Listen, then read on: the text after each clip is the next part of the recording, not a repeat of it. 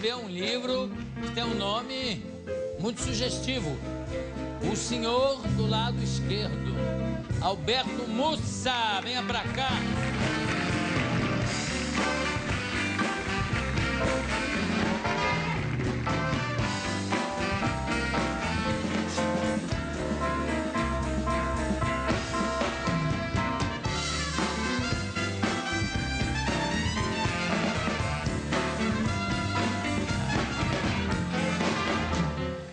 O Alberto quer comer alguma coisa? Está com fome? Me interessou a Tanajura, achei interessante. Mas não tem. Mas não tem Tanajura, não tem Tanajura, uma Você pena. não trouxe Não, Tanajura? essas são bem sazonais, aí fica um pouquinho difícil por conta da Ah, porque a época. Tanajura depende Da estação. Tem temporada de Tanajura. Pois é, uma pena. Não tem ninguém ainda que tenha feito um restaurante só de comida de inseto, não? Não. Um Não, moscão? não tem. Não tem, não tem. No Brasil Moscão. ainda não. Tem o porcão, podia ter o moscão, né? Ai, meu Deus. Olha só, Alberto. O Senhor do Lado Esquerdo. Exato. O romance da Casa das Trocas pela editora Record, o Record, enfim, eu digo Record porque, como durante anos eu trabalhei na TV Record. E praticamente comecei a minha carreira na TV Record, então tenho memórias muito, muito boas. E aí, o senhor do lado esquerdo é o que eu estou pensando mesmo? Não sei o que você está pensando. Estou pensando naquele senhor que fica do lado esquerdo. Não. Não é isso. Na Não? verdade, não. É um romance policial, né? É um romance policial. E se eu for explicar o sentido do título, eu, de certa forma, vou Você antecipar vai revelar um pouco a surpresa que normalmente a gente tem no final. Ou seja, a próxima pergunta já saiu fora, porque é como é a história do livro. Mas isso eu posso contar. Então, conta. A história é a seguinte, o livro se passa no Rio de Janeiro, em 1913. Existe no Rio, né, um prédio histórico, é a Casa da Marquesa de Santos, onde hoje funciona o Museu do Primeiro Reinado.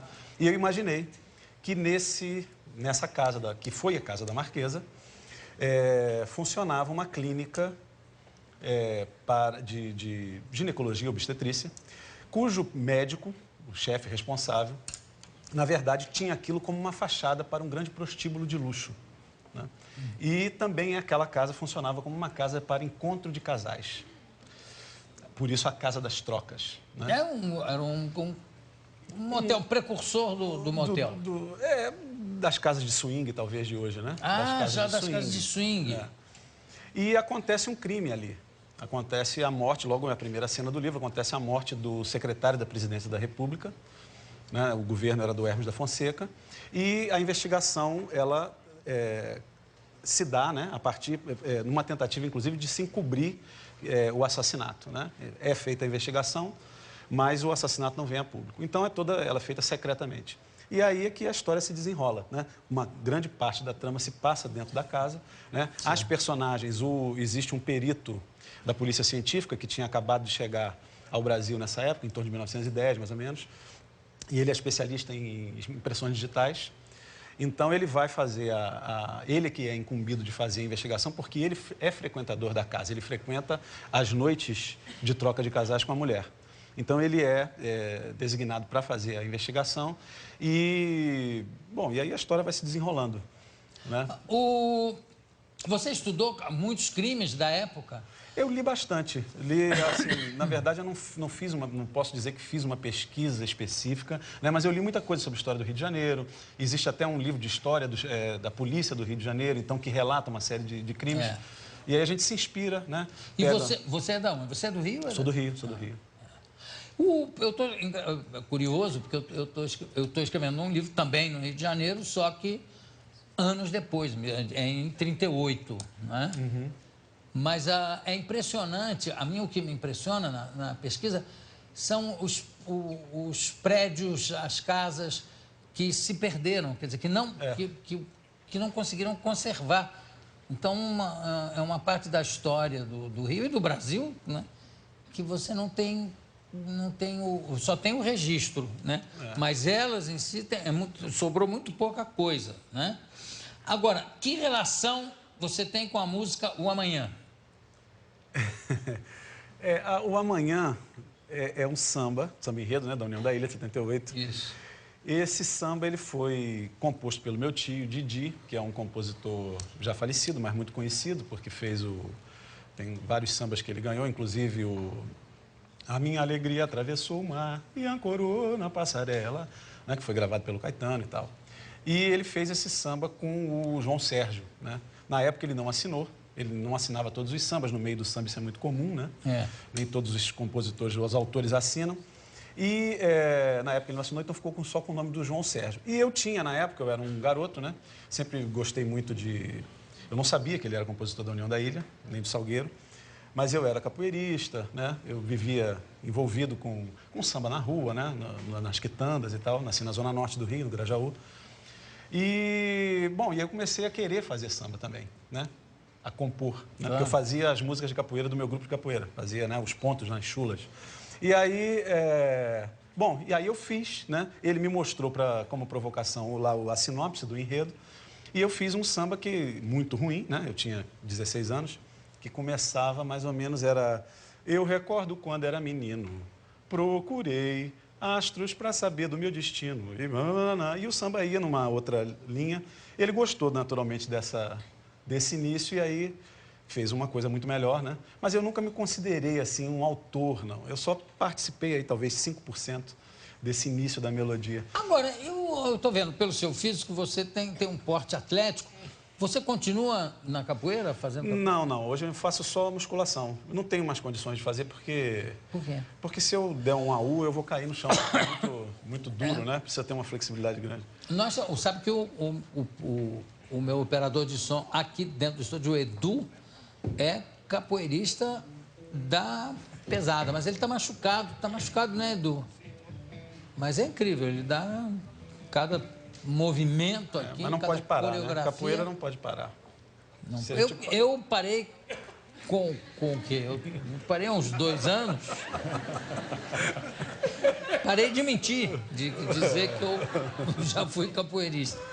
E árabe? Por que você estudou árabe? Você fala árabe, lê árabe, como é que é? Não, na verdade eu só falo português, um pouco de inglês.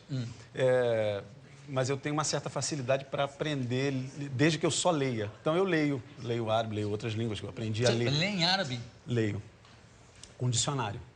Porque eu aprendi muitas línguas. Parando de palavra em palavra? Vai lá, mais ou menos isso. E porque o meu quê? objetivo não é... Assim, eu aprendi... Qual foi o O objetivo foi traduzir uma coleção de poesia pré-islâmica, né? Os poemas árabes antes do surgimento do profeta Muhammad. Antes do... Eu li isso daí em traduções de francês e inglês, também não falo francês, mas sei ler. Também não falo muito bem inglês, mas consigo ler. Então, eu li essas traduções, fiquei fascinado, porque é uma poesia muito diferente de tudo que a gente conhece, né? É muito especial. Você pode dar um exemplo? Um exemplo de quê? De um verso, assim? Não sei. Não, eu posso dizer assim, os poemas, eles... primeiro, eles são poemas muito violentos, porque eles retratam normalmente as guerras entre as tribos, né? São poemas também muito eróticos, né? Dentro de um erotismo daquela época, não exatamente o erotismo que a gente conhece hoje, né? Mas são até bastante, digamos assim, despudorados em relação ao que veio depois, né? Em função até da própria presença... da própria restrição religiosa, né? E aí como eu gostei, né? Eu achei que valia a pena traduzir. Eram poemas, né? Não são romances. Traduzir um romance dá muito mais trabalho, porque tem muito mais palavra. Então eu estudei, peguei lá uma gramática de árabe, aprendi, porque você aprende uma língua... Dá para se aprender uma língua estrangeira em 2 semanas, se você não se preocupar em decorar o vocabulário. Você pode aprender a gramática, como a língua funciona, é a gramática dela, as regras, né? Sim, então, mas mesmo assim, porque é uma gramática totalmente diferente das línguas ocidentais, né? É diferente. Como é o tupi, como é o iorubá, como é o quimbundo. Mas você, todas essas línguas, você pega e lê? Não, eu conheço como ela funciona. Aí, se eu tiver... Eu não decoro as palavras, não me interessa decorar o vocabulário. Quer dizer que você não faz a menor ideia do que são esses poemas? Não, eu traduzi. É claro que eu sei. Eu traduzi todos. Não, mas eu tenho... Você não lembra de nenhum? Assim, não, lembro, mas não vou lembrar dos versos, né? Como exatamente. Mas eu não me lembro, mas faz muito tempo, né? Já tem 7 anos que eu fiz isso, então não me lembro mais, não me vem à memória. Mas, assim, Você de 7 anos para trás não lembra de Não, eu nunca mais coisa estudei nenhuma? árabe, não, nunca mais li árabe. Eu até reconheço, né? Sei ler, posso ler uma coisa ou outra, mas... Porque eu fiquei muito tempo trabalhando, mas, assim, não ficou... E eu, assim, as línguas que eu já aprendi com essa finalidade, especificamente para uma situação... Mas foi esses... Desculpa eu estar acabo insistindo no esquecendo. negócio do árabe. Não, Eu pode fiquei falar. fascinado com essa informação. Você publicou esses poemas? São publicados pela Record também. Foi publicação de 2006, só que eu acabei esse trabalho em 2004. Você trouxe algum livro daí? Não, eu dos trouxe poemas? só esse não, trouxe o Que Senhor do te Lado Esquerdo. interessa... Mas tem vários livros seus aqui com o Alex, a não ser que ele tenha pode ser que esteja levado aí. para casa. Não, Porque então aqui. ele está criando uma biblioteca fantástica. Desculpe, tá aqui, senhor. Tá aqui, ó. Elegbara, aqui Esse é o são primeiro, né? narrativas. Isso, é um né? livro de contos. O trono da Rainha Ginga, o Enigma... Aqui são as poesias? Não, esse aí é o romance que eu acabei fazendo durante a função tradução. do árabe. Isso, exatamente. Meu destino é ser onça. Um livro de recriação da mitologia dos índios Tupinambá do Rio de Janeiro. O movimento... Mas o de poesia não está aqui. Não está aí, porque não é meu, né? Eu só traduzi, deve ser por isso. Agora, além do árabe, por exemplo, você escreveu obviamente depois da tradução dos poemas. E a Rainha Ginga, você aprendeu, baseado também no estudo seu de língua de Iorubá ou de alguma língua? Não, nessa época eu estudava línguas africanas, né? Então eu estudei um pouquinho de Iorubá, Quimbundo, Umbundo, e assim, desse jeito. Me interessava conhecer como a língua funciona. E aí o dicionário... E aí dá para, com o dicionário, você traduz pequenas frases, um verso, um poema pequeno, né? Um refrão, por exemplo, de capoeira, né? Uma coisinha pequena que você pode, digamos assim, não vai perder, não precisa decorar enormemente o vocabulário para poder fazer uma tradução fluente, né? Agora, mas é perigoso no sentido sei lá, dos genitivos, das declinações... Não, porque se você dominar a gramática, é isso que me interessa. Aí tudo bem. O que eu não sei é de cor as palavras, né? Eu não sei, Perfeito. né, como se eu não soubesse o significado, por exemplo, de uma palavra portuguesa, e a gente às vezes não sabe, né? Por exemplo, eu não sabia o que era antropoentomo, aquela... Mas aí também, eu acho que só o professor e o mestre Cuca, só os dois que sabiam que foi inventada agora a palavra.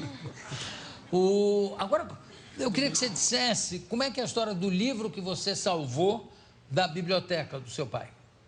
Essa é uma história engraçada também, porque eu praticamente nasci numa biblioteca, né? Meu pai tinha... A casa inteira era cheia de estantes, né? Todas as paredes e tal. E aí, até a minha fascinação pela literatura, pela leitura, vem dessa época. Desde criança convivi sempre com livros, então era uma coisa para mim muito normal. E houve uma situação em que meu pai se separou da minha mãe, cada um foi para o seu lado, a casa ficou fechada, trancada, já havia lá uns probleminhas na laje, né? De infiltração, e essa casa ficou um ano e pouco. Não foi nem o cupim, foi a água mesmo. Cupim Ele já está salivando. Seria até interessante saber se pode comer cupim, né? Pode, claro, imagina. Excelente.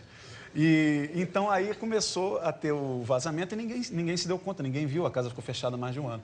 Quando nós recuperamos a casa, meu pai faleceu e tal, aí minha mãe retomou a casa. Quando eu entrei, as paredes todas já estava tudo mofado. Tanto é que quando a gente reformou, teve que refazer todo o emboço da casa, né? Mofou tudo e os livros, muitos até acabaram, viraram água, viraram lama. E alguma coisa se salvou. E eu não me interessava a parte jurídica da biblioteca do meu pai, porque meu pai era desembargador. E esses livros se salvaram, a gente vendeu alguma coisa, uma parte, né? E da parte de literatura que me interessava, eu consegui salvar o Fernando Pessoa, as obras completas do Fernando Pessoa. Eu tenho até hoje esse livro. Foi o único objeto pessoal que eu herdei do meu pai, foi esse livro. Porque não teve mais nada que eu consegui salvar. E as obras completas, Fernando Pessoa? As obras completas, uma edição antiga, né? Daquelas antigas de capa de couro. Foi o que resistiu. Foi a única coisa que salvou. Mas o resto perdi tudo.